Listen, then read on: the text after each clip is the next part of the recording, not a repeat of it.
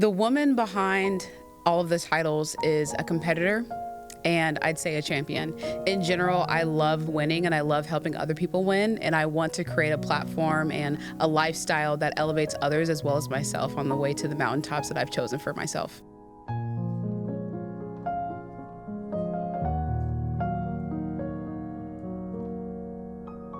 I got to Purdue and I was actually on an academic scholarship. So I 100% was going to make sure that I got my engineering degree, but I was also going as a track athlete because I had dreams and aspirations to go to the Olympics. And so I had a scholarship for academics and I didn't lose that, but what I did lose was my spot on the Purdue track team because of all the illness that I had.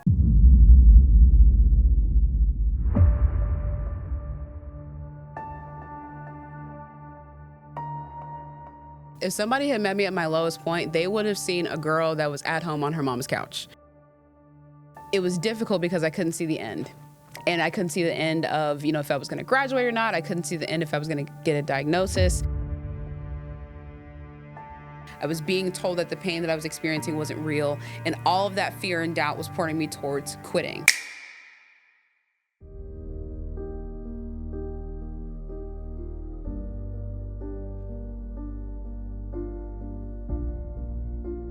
What rock bottom taught me was that you cannot tie yourself to titles, you can't tie yourself to medals, you can't tie yourself to achievements. You need to tie yourself to the person that you bring to these opportunities, and you need to be proud of that person no matter what result you get.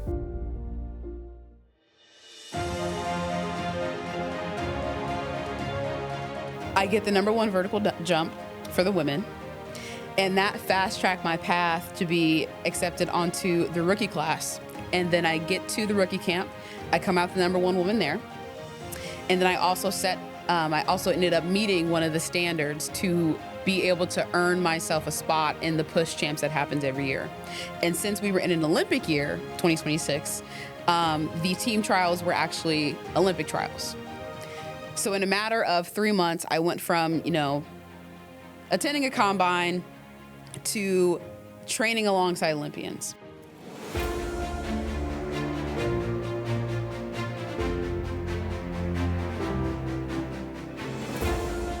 Words of encouragement that I would share with someone that's at the rock bottom is that you cannot change what's happening, but you can change your attitude. When you change your mindset, you will become unstoppable, because there are so many things that, yes, can be out of your hands, but it's not necessarily out of your mind. I know it's hard because I've been there before, and I'm still not immune to experiencing lows. I know that I'm the person that's survived the other one, so bring it on. I am Karen Hubbard. I'm the founder and CEO of Karen Sleighs, a current USA Bobsled brakewoman, future Olympian, and I am a boss lady. The woman behind all of the titles is a competitor, and I'd say a champion. In general, I love winning and I love helping other people win, and I want to create a platform and a lifestyle that elevates others as well as myself on the way to the mountaintops that I've chosen for myself. The inspiration behind Karen Sleighs Incorporated came from my own experience with hardship, and I had a really hard time figuring out how am I going to get to the heights that I want to get to when the path seems so detrimental, it seems so dirty, it seems so hard to do. But what I really want to provide for people through Karen Sleighs is a community and a network, and ultimately a platform that helps them elevate to the heights that they want to get to, no matter what they're going through. It's actually just a really rich part of your story that you're going to use to help other people later, and I want to help people frame their own lives in the same way. So I had a really bad bout with my health in college, and by the time that I figured out exactly what was going on with me, I'd actually lost my spot on the Purdue track team.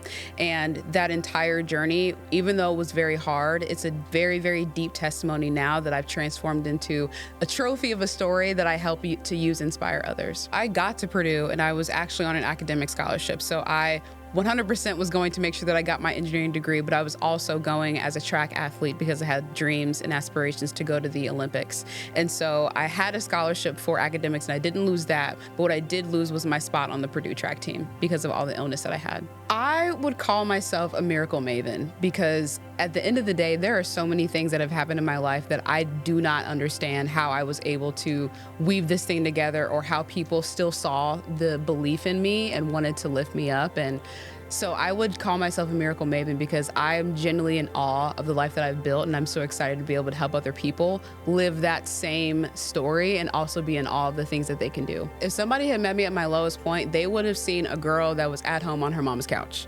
My first surgery that I had related to my health almost took me over the edge, y'all, because in general, I call myself a strong person, but that depth of like being on my mom's couch, like nobody wants to be on their mama's couch, but I was also doing so bad in my classes because I was missing so much class from being sick all the time and being in the hospital, doing scans, tests, whatever.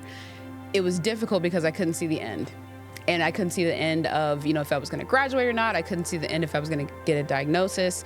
And the hardest part about that was I was always someone that was fixated on a goal. I'm always knowing, okay, this is what I'm gonna achieve. This is how I'm gonna get there. And the fear and the doubt that I was carrying was that I can't see the end, and I don't know if I'm the person that can do this anymore. Because at my peak of what I thought was the peak of my life, I was gonna be a student athlete, I was gonna get my engineering degree, I was gonna go to the Olympics for track, and in a moment, all that had been snatched from me. And it was just because I was chasing like an invisible disease I didn't have a name for yet. I was being told that the pain that I was experiencing wasn't real, and all of that fear and doubt was pointing me towards quitting. I genuinely believed that I was gonna be on the track team all 4 years. I'm a track baby. I have been running since I was in 5th grade. I discovered I was fast when I was in Westfield, and I was like, okay, I'm gonna go to Westfield, I'm gonna set all these records, which I did, by the way. And then I'm gonna go to college, I'm gonna set more records, and I'm gonna go to the Olympics. And that did not happen. And when that didn't happen, I thought, oh my gosh, I'm not who I say I am. And even though I never arrived to that point of quitting, every single day was a battle just to get up out of bed and to make myself do the work and at least take one step forward, even if I can't see the end. But ultimately, the lesson that it taught me was that you need to be flexible on the pathway. And you may need to be flexible on what it looks like and what it feels like too, because I experienced a lot more heartache than I thought I was going to, but it's taught me how to stick with something to where things come easy to me now, such as bobsled. I had tied my identity to track. I had tied my identity to being a track Olympian as well, and I had tied my identity to being an engineer. And what rock bottom taught me was that you cannot tie yourself to titles, you can't tie yourself to medals, you can't tie yourself to achievements. You need to tie yourself to the person that you bring to these opportunities, and you need to be proud of that person no matter what result you get.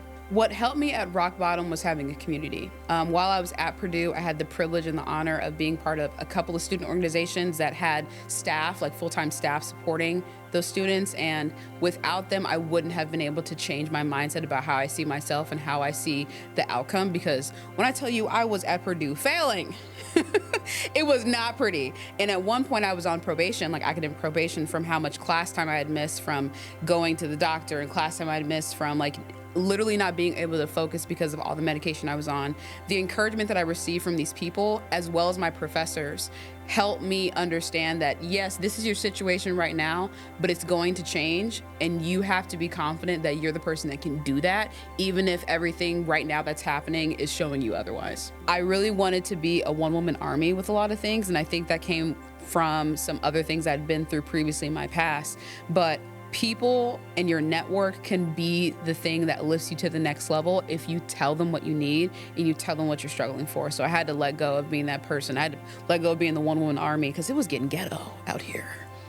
It was getting real messy trying to do this stuff by myself. Until I opened my mouth and asked for help and told people what I was struggling with, I was able to get help a lot sooner and get away from the rock bottom a little bit faster. Today, I'm a bobsled athlete for the USA bobsled team, and I am also the founder and CEO of Karen Sleighs Incorporated, which exists to empower girls through STEM, leadership, and sport. And ultimately, what I want to do for other people is use my debut for the 2030 Olympics to inspire others, because ultimately, me arriving to a place where I can genuinely strive for this, like with the health, the resources, and the support that I have today, it was built brick by brick over years, and it took a lot of mindset shifts and a lot of asking for help and making new friends and changing my own life to get here. And I do believe that my journey can serve as a blueprint for others, because ultimately I want to be somebody that lifts as I climb, and you have to be able to be authentically brave and sharing your journey. And I think that when other girls do that, they can arise themselves to heights that they never even thought they could reach. Following my graduation from Purdue with my engineering degree, I went straight into business. So I took my engineering degree and I went into business, and I fell in love with solving problems. All the while, I had actually ended up coming back to track as a coach for Westwood High School. And so while I was coaching there, I loved just like pouring into girls and building grit in their spirits. And that grit in myself that I had as a competitor was still there. And even though I wasn't able to go back to the track team at Purdue, I was still asking myself, like, I think I still have something to give. And I wonder if it's just through like, local competitions, maybe amateur competitions, but I was willing to see what it was. So I did a couple of amateur track meets when I was maybe 2 or 3 years out of college. And I was like, oh, I'm still kind of fast. I have a little bit of speed. It's not all the way there from where I was in high school. That was several pounds ago, but I was still doing pretty well. And I was able to sustain some of the workouts that you need to be able to be in shape for those things. So did a couple of track meets, and then I wanted to do some more. So I signed myself up for some more, started traveling to different states.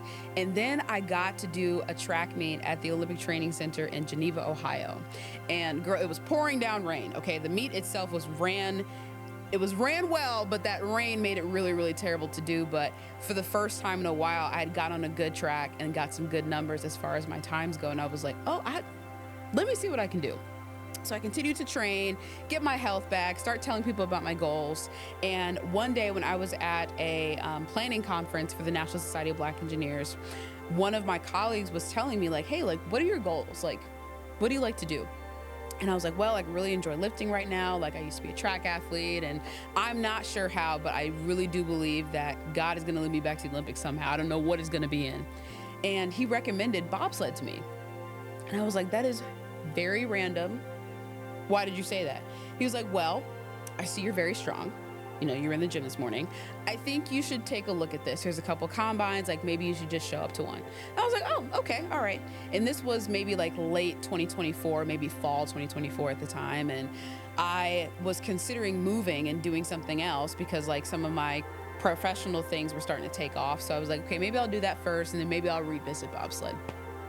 So things ended up working out to where I actually had the time to go to a combine in May of 2025, and that was in Chicago. And even in the planning for this, I was just like, okay, I don't really know if this is gonna go anywhere, but I'm gonna go. I'm gonna get myself in shape. I'm gonna do a little research on the sport. I end up telling my mom, and she's like, oh my gosh, you gonna stay the night? And I was like, no, I'm just gonna drive up, drive back, it's fine. She's like, you can't do that.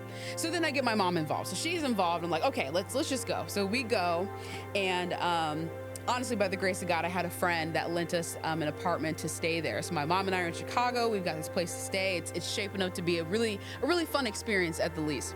And so we get to Chicago, and we find out where the combine's gonna happen. I had already signed up, I'm good. I'm getting ready.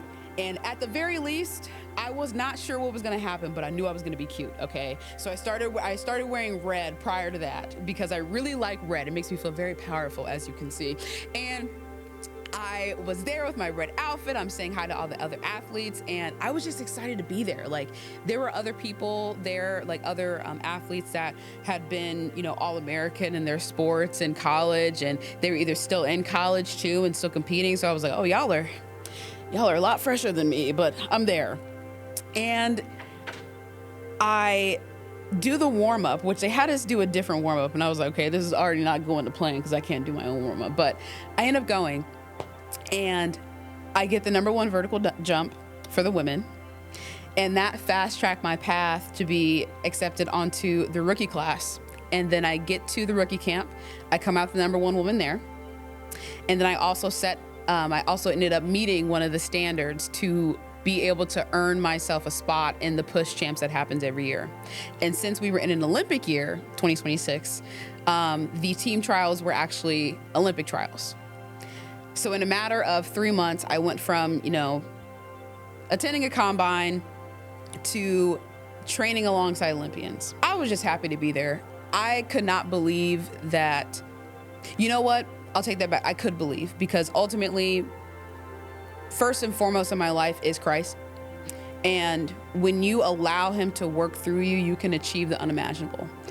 So even though it wasn't in my scope of imagination, I submit to a God who has so many things for me. And I just allowed him to show me. And that was one of the things that he had in store. So I'm so grateful for that experience. And what ended up happening was I placed top 15 in the country at that competition, and that allowed me to be officially on the team as a development athlete. So I'm on the team right now, and we have seasons every single year, which is what I'm training for currently. And ultimately, that journey and that trek, even though it happened in a span of 3 months, behind that there's years and years and years of turmoil that I had to get through, and years of self-doubt that I had to overcome, and so many people that have lifted me up out of that mindset and encouraged me to dream more, which is why I'm tying that to what I'm doing with Karen Sleighs. Because when you have a different mindset about the things that you go through, when you face adversity, and unfortunately when you face it earlier, whether it's by your own hand or not, you have a choice to make. And it can either write your story or you can use it to elevate yourself.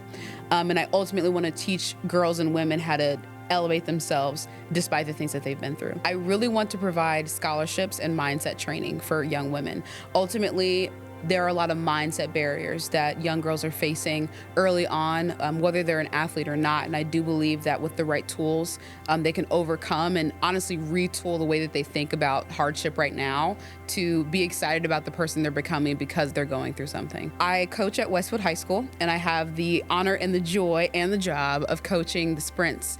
And I usually mentor at least 10 per year outside of track. And I've been a coach there for 5 years. So I've had the privilege to help other young ladies get full ride scholarships to in-state schools by connecting them with different resources. I've also had the privilege to mentor them outside of track with mindset training.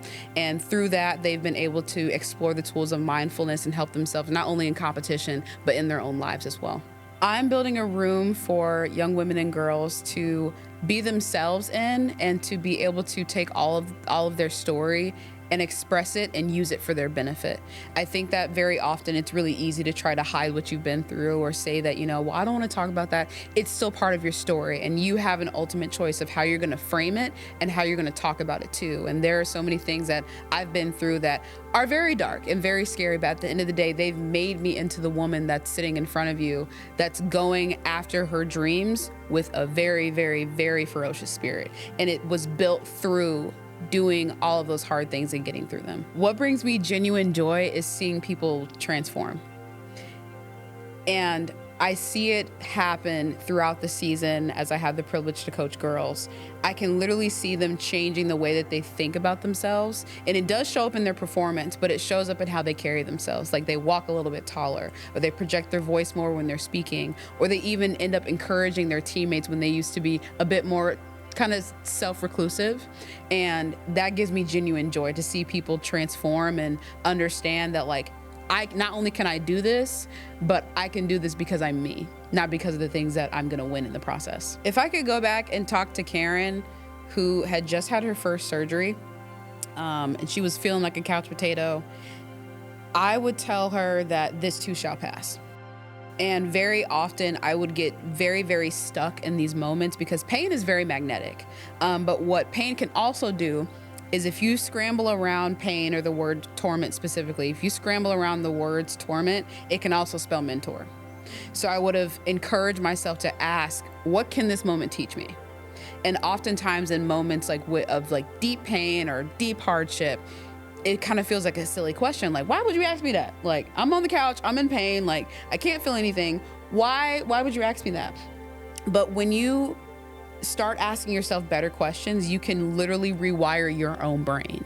And I wish I would have learned that sooner. So that's what I would have told a younger version of myself. If you want to join this journey, you can start by going to karensleighs.com and filling out a contact form to get a talk with me, because ultimately there's multiple ways to support. Number one, being an Olympic athlete is not free. It's actually something that you have to pay for, and you have to find support on your own. And so being someone that can come along and partner in this journey would be transformative, because ultimately I'm using this 2030 platform and my journey as a USA bobsled athlete to be able to inspire young women and girls, but I can't do that if it's not funded. So that's one way. The second way is also through volunteering. So with the STEM programs that I involve my young ladies in, there's often opportunities for people to volunteer and be an extra set of helping hands at those events.